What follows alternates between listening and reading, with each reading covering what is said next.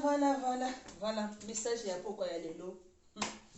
En tout cas, bandeko balante. Eh, ndeko nangai, maman, papa, yaya, leki. Vous savez quoi? Na vie oyo, toyaka ko accompagner baninga mususu te. Tu n'es pas né pour accompagner les autres. Nzambe atinda ona sena moy oyo te po ko accompagner baninga mususu. Tout ce que bato basalaka, yopo koko sala yango. Oyo nyonso tu bango baza na possibilité na capacité ya kosala ndeko na ngai yo kolanda video yo po koki kosala. Tika nga na yebisa yo. Kotbanga ka classe sociale ya bato mususu te. Il y a parfois dans ton entourage au monde na baninga nyonso bazana peut-être que batanga ou bien comment. Non, kozalaka na complexe ya classe sociale ya mutu te. Et puis kotala ka classe sociale na yo te. Vous savez, dans la Bible, tout le monde a batami Esther, a balaki roi. Na Bible la bisi biso te betile ni Esther a salaki. Mais Bible zolo bela biso que Esther azalaki moso ayebaki ko se positionner, azalaki na ambition, azalaki na caractère. Mais Bible le bite que Esther atangaki. Ndeko na ngai moto kolanda video eza na ntondo, eza na mbanda, eza na Kinshasa, eza na Kingasane, eza na Masina.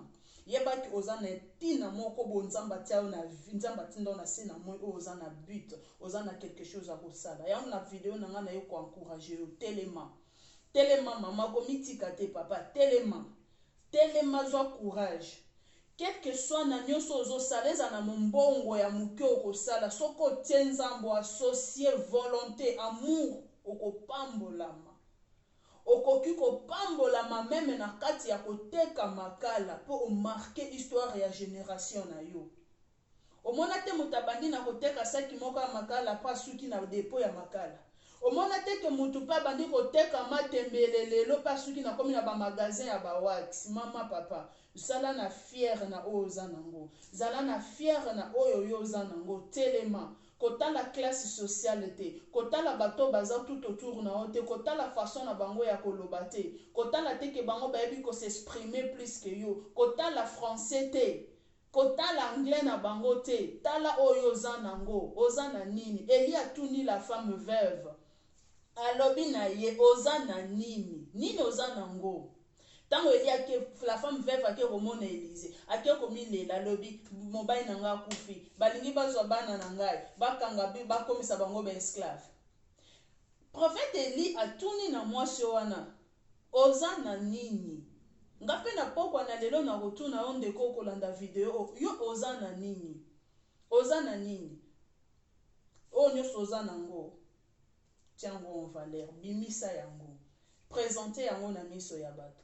Présenté en 2020 et aussi là tozo kota dans quelques jours dans 3 jours 4 jours to kota 2021 alors na 2021 ozana nini o présenter bato nini eloko nini ozana ngonde kona ngai kobanga te ata so ozana likala présenter yango la femme veuve a présenté ki elimo il moka muki azalaki nango.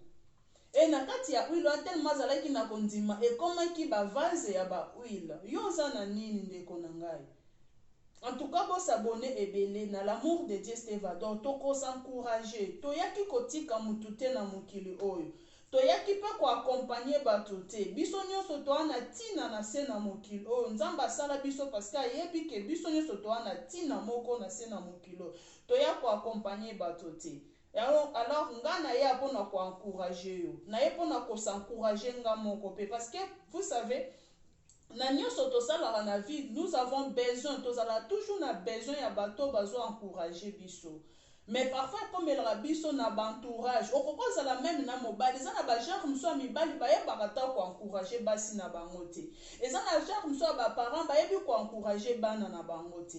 Mais lelo na poko na lelo yo muto kolanda video o na kotia message moko na kati no luka bato bazo encourager yo na nyonso to ozo sala quel que soit za ya se ata na commerce wa mombongo wana ezanga tino kenda koteka na makala ou bien comment luka moto azo encourager yo na yango. En tout cas nzamba pambola bino babona ne ba meilleur vebo s'abonner ebele na l'amour de Dieu Stevador 100% lingala ya bana mboka to ko se partager to yaka kotika mutu te na vie to yaka ko accompagner mutu te